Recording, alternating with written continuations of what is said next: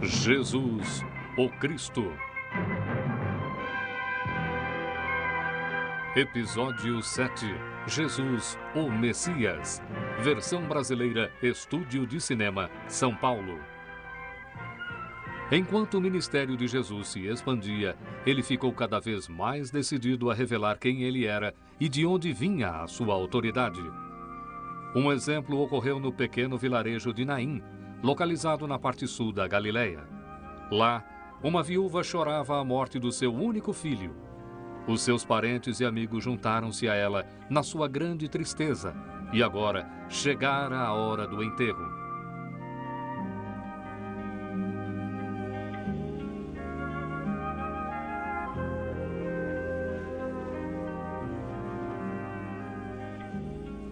Os carregadores levantaram o corpo para levá-lo ao local do enterro, seguidos pela mãe desconsolada e seus entes queridos. Enquanto iam devagar para o local do enterro fora do muro da cidade, outros amigos e pranteadores se juntaram ao grupo.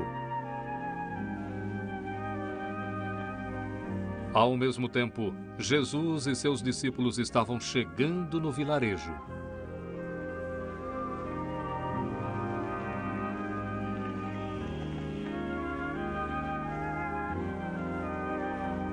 Quando Jesus viu a mãe e sua enorme tristeza, ele sentiu grande compaixão por ela.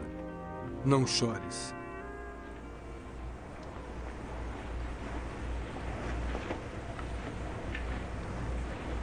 Mancebo, a ti te digo, levanta-te.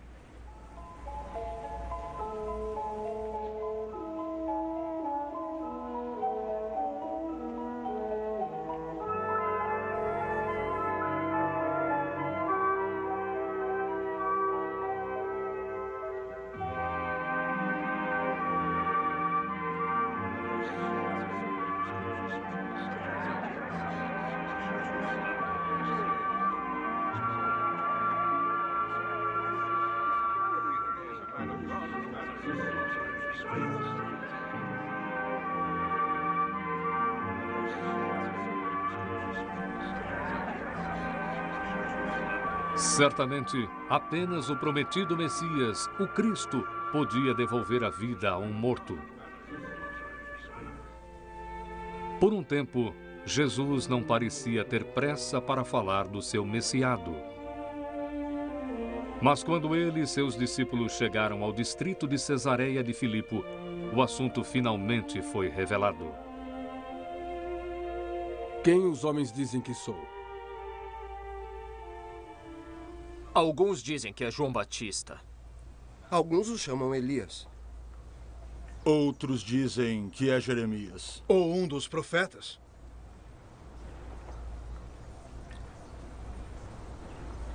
E vós, quem dizeis que sou?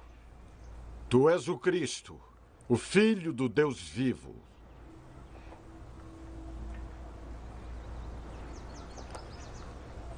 Bem-aventurado és tu, Simão Barjonas, porque não revelastes a carne e o sangue, e sim meu Pai que está nos céus. Pois eu te digo que tu és Pedro, e sobre esta pedra edificarei a minha igreja, e as portas do inferno não prevalecerão contra ela. E eu te darei as chaves do reino dos céus, e tudo o que ligares na terra será ligado nos céus, e tudo o que desligares na terra será desligado nos céus. Há muito tempo os discípulos sabiam nos seus corações que Jesus era o Cristo, o Salvador prometido. Agora ele mesmo se revelara, mas ele os mandou não dizer nada a ninguém. É necessário que o Filho do Homem padeça muitas coisas, e seja rejeitado pelos anciãos, príncipes, sacerdotes e escribas, e seja morto, e ressuscite ao terceiro dia. Senhor, tem compaixão de ti. Isso não acontecerá a ti.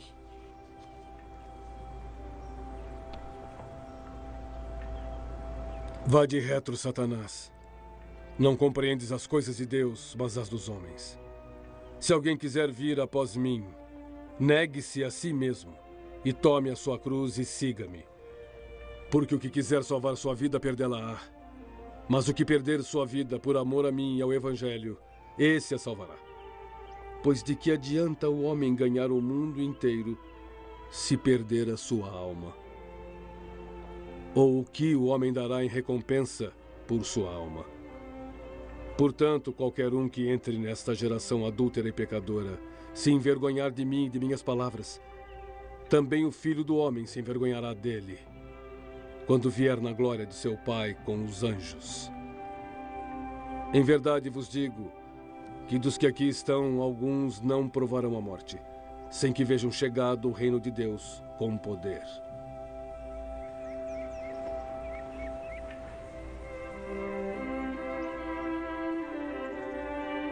Seis dias depois, Jesus levou Pedro, Tiago e João consigo em particular a um alto monte.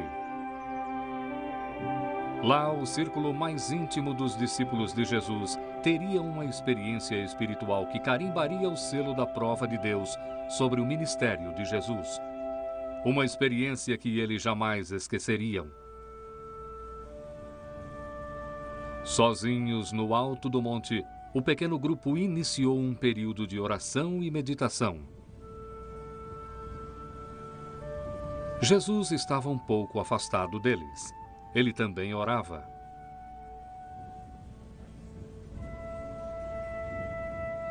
De repente, eles viram o Senhor como nunca o haviam visto. O seu rosto resplandeceu como o sol e sua túnica se tornou branca como a luz. O Senhor havia se transfigurado diante dos seus olhos. E eis que lhes apareceram Moisés e Elias falando com ele.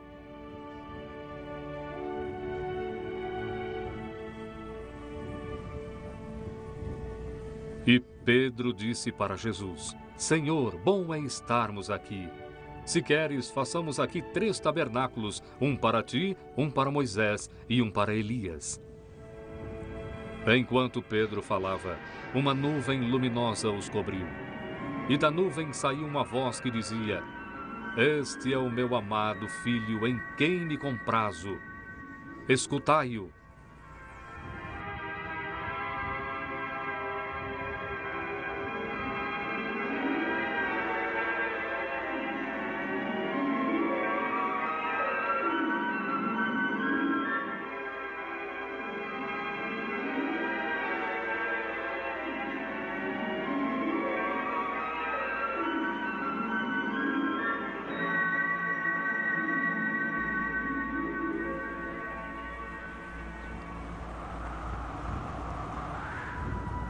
Levantai-vos, não tenhais medo. E erguendo eles os olhos, ninguém viram senão unicamente a Jesus.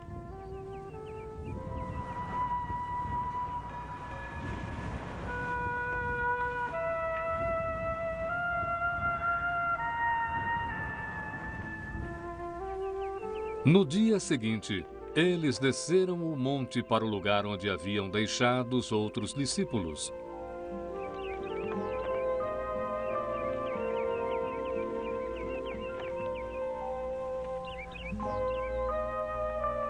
Eles ainda se perguntavam sobre a experiência no alto do monte. Certamente, Jesus deve ter sentido suas dúvidas. Não conteis a visão até que o Filho do Homem seja ressuscitado dos mortos. Mestre, por que dizem os escribas que é mister que Elias venha primeiro? Elias virá primeiro e restaurará todas as coisas. Mas digo-vos que Elias já veio e que não o reconheceram, mas fizeram-lhe tudo o que quiseram. Assim eles também farão o Filho do Homem padecer. Então os discípulos entenderam que Jesus lhes falava de João Batista.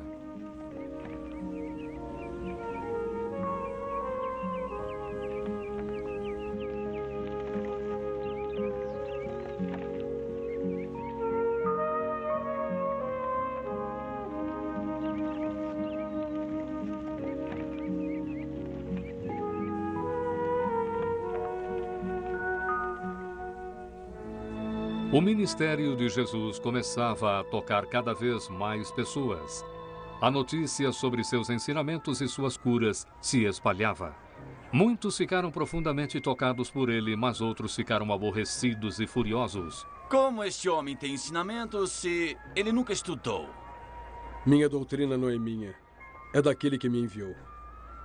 Se alguém quiser fazer a vontade dele, pela mesma doutrina conhecerá se ela é de Deus, ou se eu estou falando de mim mesmo. Quem fala de si mesmo busca sua própria glória. Mas o que busca a glória daquele que o enviou, esse é verdadeiro, e não há nele injustiça. Não vos deu Moisés a lei, e nenhum de vós a observa. Por que procurais matar-me? Tens demônios. E quem procura matar-te?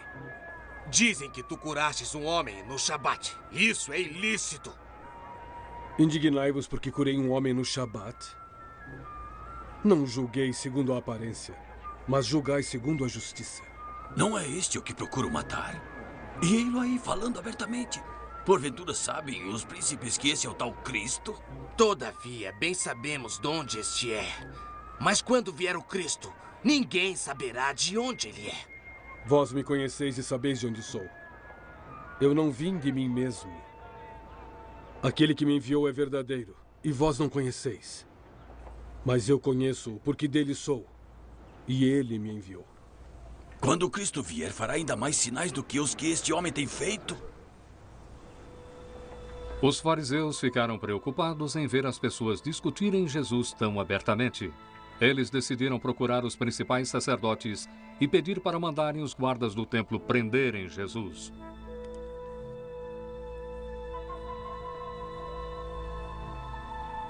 Ainda um pouco de tempo estarei convosco. Depois irei para aquele que me enviou. Vós me buscareis e não me achareis, pois onde eu estarei, vós não podereis ir. E para onde irá este que não acharemos? Porventura irá ensinar entre os gregos? Que palavra é esta que disse? Buscar-me-eis e não me achareis? Sim.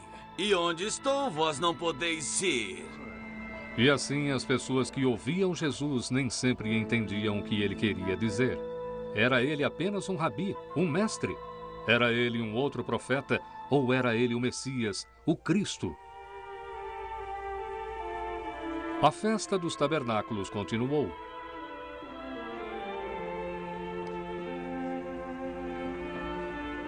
E no último dia da festa, Jesus falou de novo para as pessoas.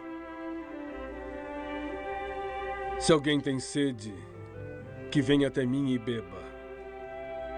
Quem crê em mim, como diz a Sagrada Escritura, rios d'água viva correrão do seu ventre. Verdadeiramente este é o profeta. Este é o Cristo. Vem, pois, o Cristo da Galileia?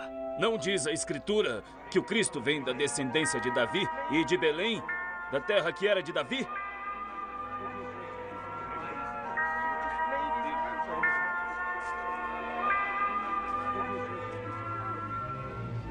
Alguns que ouviram Jesus achavam que ele devia ser preso, mas ninguém lançou mão dele. Mais tarde, porém, os guardas do templo foram repreendidos por suas ações, quando se apresentaram aos principais sacerdotes e fariseus.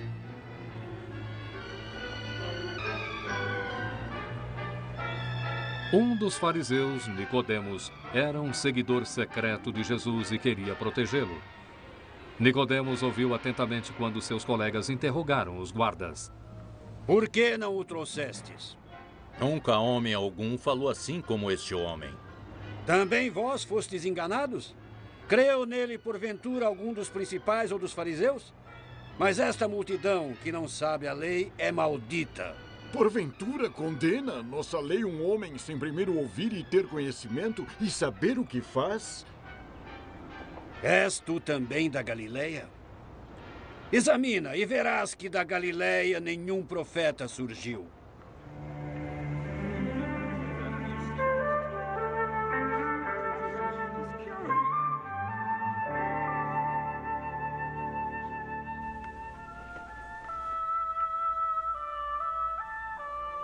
Foi depois de Jesus ter ido ao tanque de Betesda, em Jerusalém, que ele declarou de novo publicamente que ele era o Filho de Deus. Era Shabat, E Jesus encheu-se de compaixão quando viu os muitos enfermos e aflitos que esperavam serem curados pelas águas do tanque.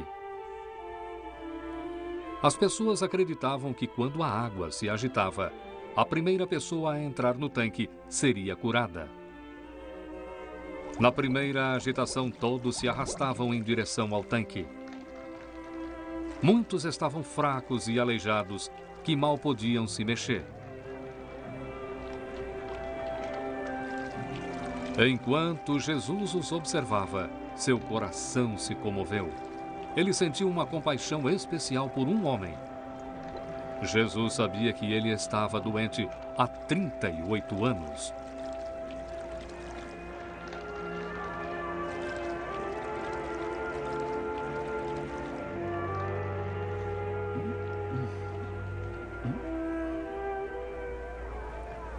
Queres ficar são? Meu senhor, não tenho homem algum que quando a água é agitada me meta no tanque. Mas quando eu vou, desce outro antes de mim.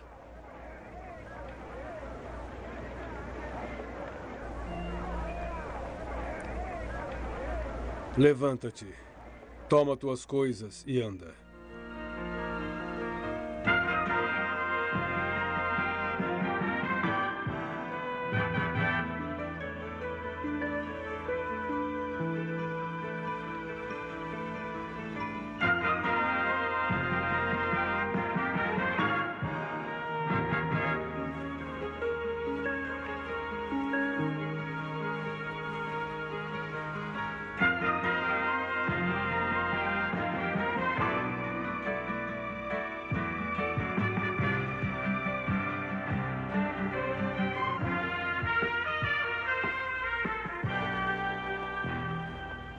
É Shabat.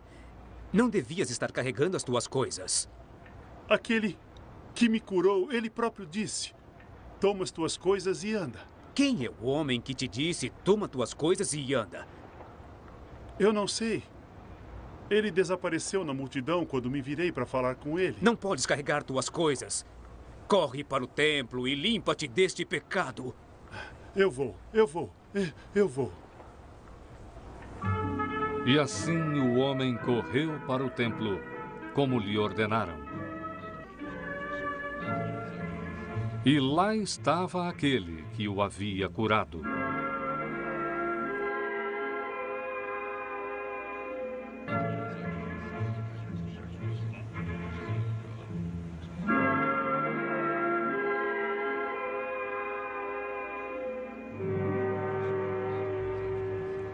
Eis que estás curado.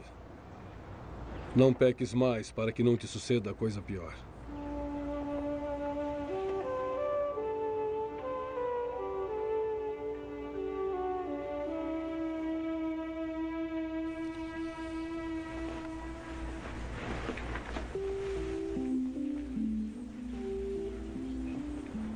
É este o homem que te disse para carregar tuas coisas?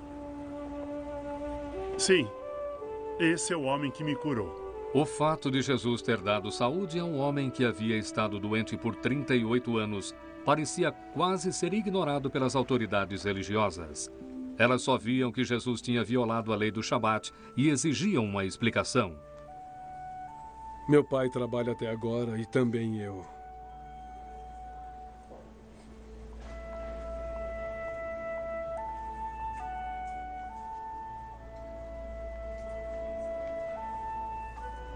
Em verdade vos digo, que o filho por si não pode fazer coisa alguma, se não vir fazer o pai. Porque tudo quanto ele faz, o filho faz igualmente.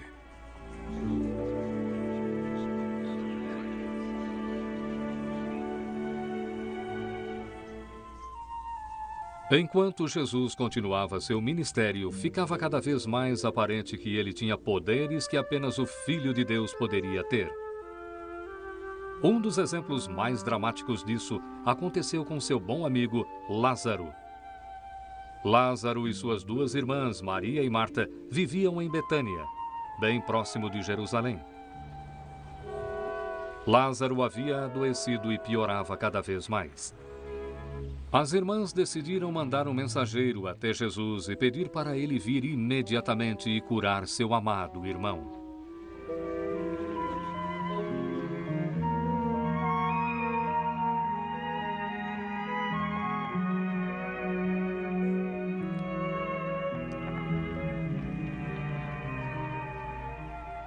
Senhor, eu venho de Betânia. As irmãs de Lázaro pediram para procurá-lo e dizer que aquele que tu amas está enfermo. Essa enfermidade não é para a morte, mas para a glória de Deus, para que o Filho de Deus seja glorificado por ela. Apesar do pedido desesperado de ajuda, Jesus não foi imediatamente para Betânia. De fato, ele esperou 2 dias antes de decidir ir ver seu amigo que estava tão doente. Vamos outra vez para a Judéia. Rabi, ainda agora os judeus procuravam apedrejar-te e tornas para lá. Podem apedrejar-te de novo. É seguro voltar para a Judéia? Aqui não é mais seguro, mestre. Não há 12 horas no dia. Se alguém andar de dia, não tropeça, porque vê a luz deste mundo. Mas se andar à noite, tropeça, porque nele não há luz.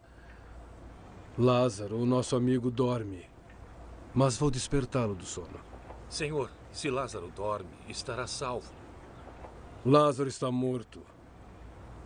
E folgo por amor de vós de que eu lá não estivesse para que acrediteis. Mas vamos ter com ele. Vamos nós também, para morrermos com ele.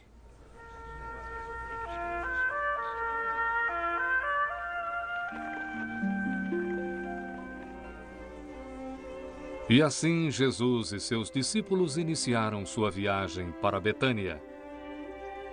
Nesse meio tempo, em Betânia, Lázaro tinha morrido e já estava na sepultura há 4 dias. Amigos e parentes vieram ver as irmãs e expressar sua tristeza e seus pêsames. Então foram avisados que Jesus estava vindo. Marta correu ao seu encontro.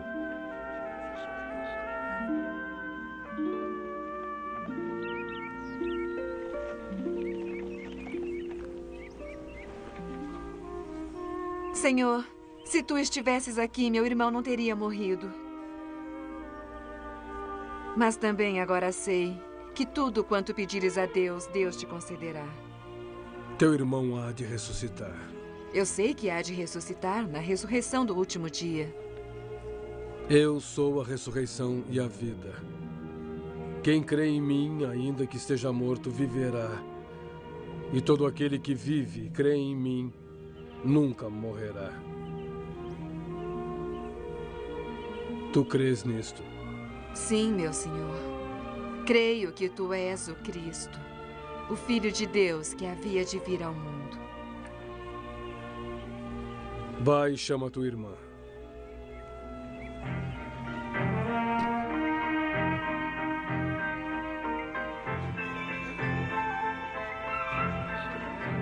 O mestre está aqui e chama por ti. Quando aqueles que estavam com Maria, consolando-a, a viram sair às pressas, a seguiram, supondo que ela estava indo ao sepulcro para chorar.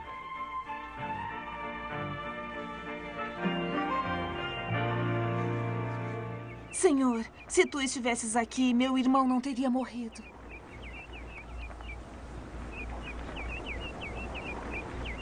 Onde o pusestes? Senhor, vem e vê.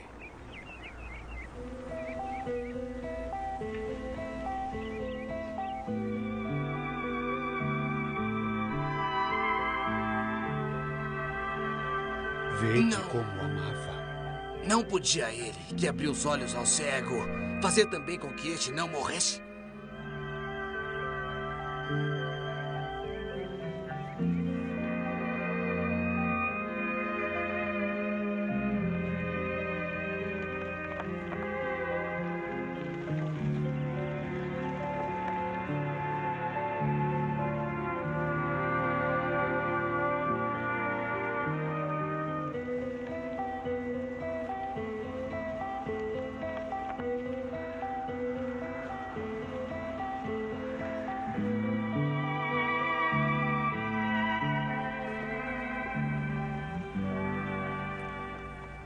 Tirai a pedra. Mas, Senhor, ele já está morto há 4 dias. Eu não te disse que, se creres, verás a glória de Deus.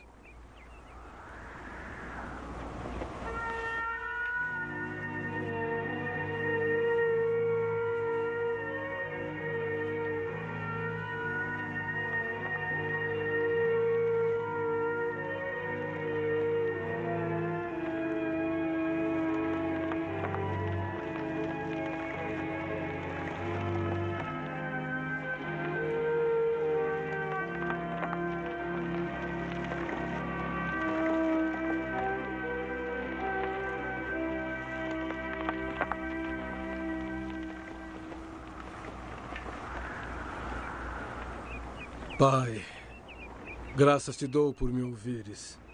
Eu bem sei que sempre me ouves.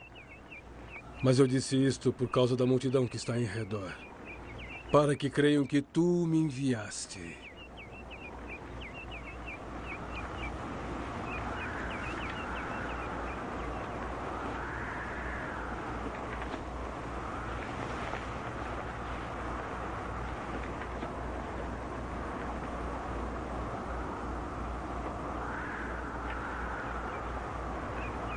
Lázaro, vem para fora.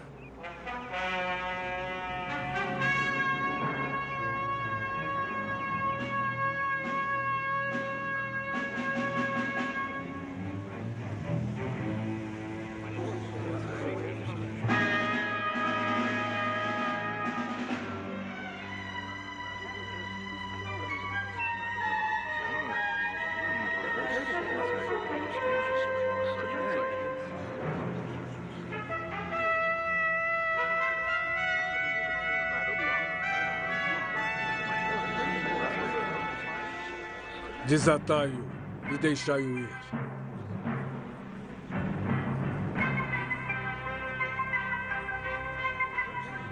E assim Jesus provou de novo que ele tinha poder até sobre a morte e que Deus agia através dele para trazer vida nova para todos aqueles que acreditavam nele. Verdadeiramente, Jesus era o Cristo. Eu sou a ressurreição e a vida. Quem crê em mim, ainda que esteja morto, viverá. E todo aquele que vive e crê em mim, nunca morrerá.